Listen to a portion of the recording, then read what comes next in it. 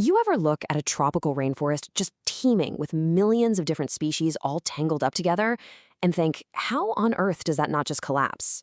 Well, for decades, ecologists were asking that exact same question. They were wrestling with a puzzle that seemed to defy all logic, a kind of planetary game of Jenga. So let's pull that first block and see what happens.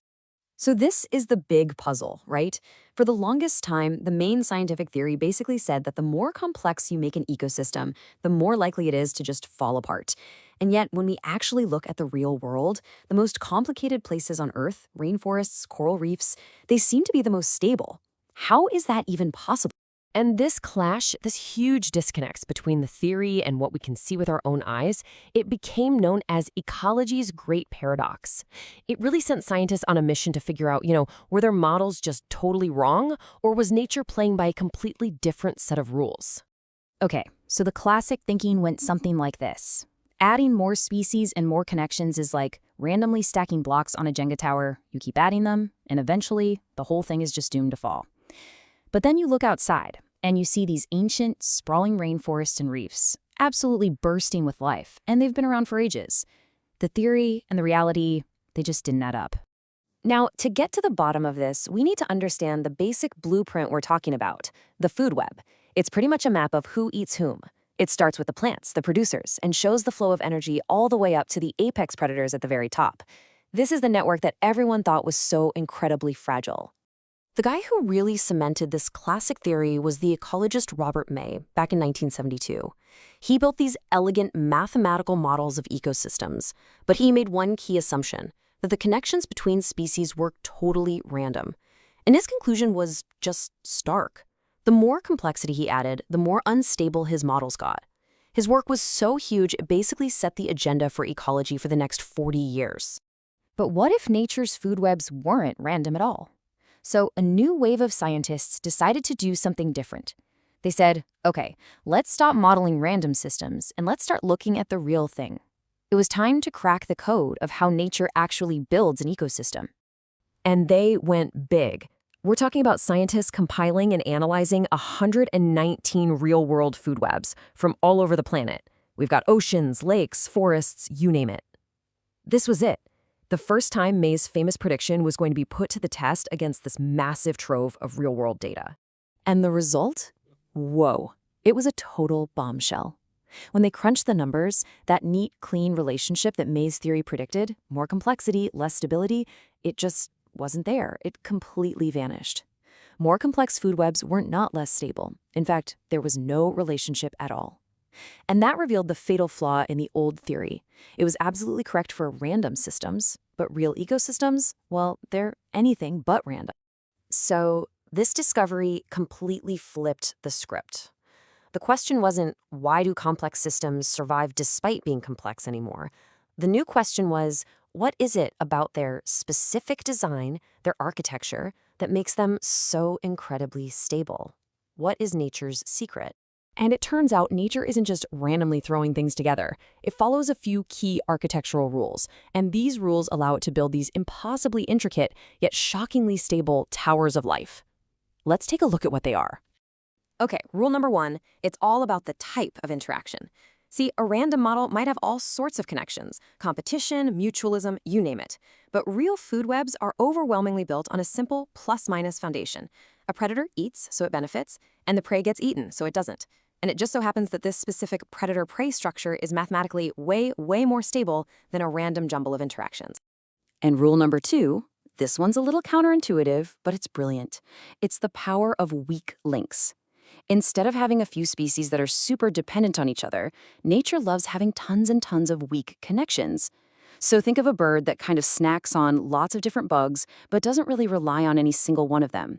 These weak links are like shock absorbers for the whole system. If one bug population crashes, the bird just shifts its diet a bit. The whole system doesn't come tumbling down. And we see this playing out in the real world all the time. Check this out. A recent study on tropical streams found their stability was way higher because of these omnivorous fish. These fish were generalists. They weren't picky eaters.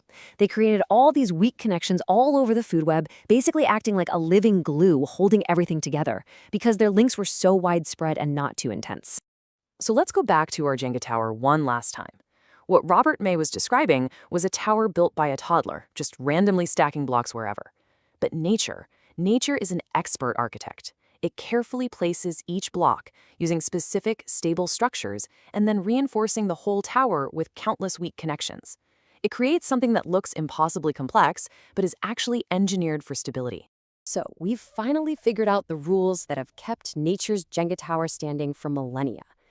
But just as we've learned this incredible secret, we are introducing a new, unprecedented kind of pressure, a combination of forces that threatens to break all of those hard-won rules. Because of climate change, marine ecosystems are now facing what scientists are calling a deadly trio of stressors. And the really scary part is that these three things don't just act on their own. They feed into each other, they amplify each other, creating a combined threat that these ecosystems have never seen before. First up, ocean warming. The global ocean temperature in the last decade was almost a full degree Celsius higher than it was before the industrial era. Now, that might not sound like much to you and me, but for marine life that's fine-tuned to a specific temperature, it's a massive shock. It messes with their metabolism and forces them to either move or die. Second, ocean acidification. As the ocean absorbs more and more CO2 from the air, its pH drops. It's already about 30% more acidic than it was back in the 1700s. That is just staggering. It makes it harder for animals like corals and shellfish to build their skeletons. It's literally dissolving the very foundation of the marine food web. And third, deoxygenation. It's simple, really. Warmer water can't hold as much dissolved oxygen. This is creating these expanding dead zones where marine life just can't breathe. Projections show the ocean could lose 3 to 4% of its total oxygen by the end of this century. So here's the bottom line. This deadly trio isn't just another block being pulled from the Jenga tower. No, this is a force that is actively weakening the architectural rules we just discovered. It's attacking those crucial weak links, it's stressing the predator-prey dynamics, and it threatens to turn nature's carefully built masterpiece back into a random, unstable pile of blocks. So what happens when these fundamental rules of stability start to unravel? Well, the consequences are severe, and they cascade through the entire system, and they end up directly impacting us. When you lose that stability, you see entire food webs just getting scrambled in totally unpredictable ways. We see populations crashing and extinctions climbing. Foundational habitats, like coral reefs, they just bleach and die. And for us, well, this instability means smaller and smaller catches for fisheries that billions of people depend on for food. The stakes here could not be higher. So here we are. We've spent half a century cracking the code, and we've finally understood the elegant, non-random design that allows complex life to thrive on this planet. The paradox is solved. But this incredible knowledge has arrived at the exact moment we are putting that design to its greatest test. We've learned nature's rules for survival. The question is, will we learn ours?